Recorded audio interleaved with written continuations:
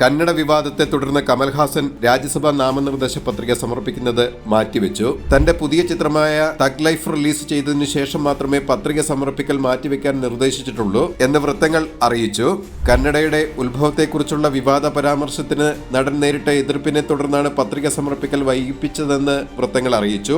2024 ലോക്സഭാ തിരഞ്ഞെടുപ്പിനിടെ തമിഴ്നാട് ഭരണകക്ഷിയായ ദ്രാവിഡ മുന്നേറ്റ കഴകവും അദ്ദേഹത്തിന്റെ പാർട്ടിയായ മക്കൾ നീതിമയ്യവും തമ്മിലുള്ള ഒരു തിരഞ്ഞെടുപ്പ് കരാറിന്റെ ഭാഗമായി DMK നേതൃത്വത്തിലുള്ള സഖ്യത്തിന് MNMന്റെ പിന്തുണയ്ക്ക് പകരമായാണ് കമൽഹാസന് രാജ്യസഭാ സീറ്റ് വാഗ്ദാനം ചെയ്തത്. തന്റെ പുതിയ ചിത്രമായ തഗ് ലൈഫിന്റെ ഒരു പ്രമോഷൻ പരിപാടിയിൽ തമിഴിൽ നിന്നാണ് കന്നഡ പിറന്നത് എന്ന് കമൽഹാസൻ പറഞ്ഞത് ഒരു രാഷ്ട്രീയ വിവാദത്തിന് കാരണമായിരുന്നു. കന്നഡ അനുകൂല സംഘടനകൾ ഈ പ്രസ്താവനയെ എതിർത്ത് രംഗത്ത് വന്നു. അദ്ദേഹം മാപ്പ് പറയണമെന്ന് ആവശ്യപ്പെടുകയും അദ്ദേഹത്തിന്റെ സിനിമ സംസ്ഥാന വ്യാപകമായി ബഹിഷ്കരിക്കാൻ ആഹ്വാനം ചെയ്യുകയും ചെയ്തു.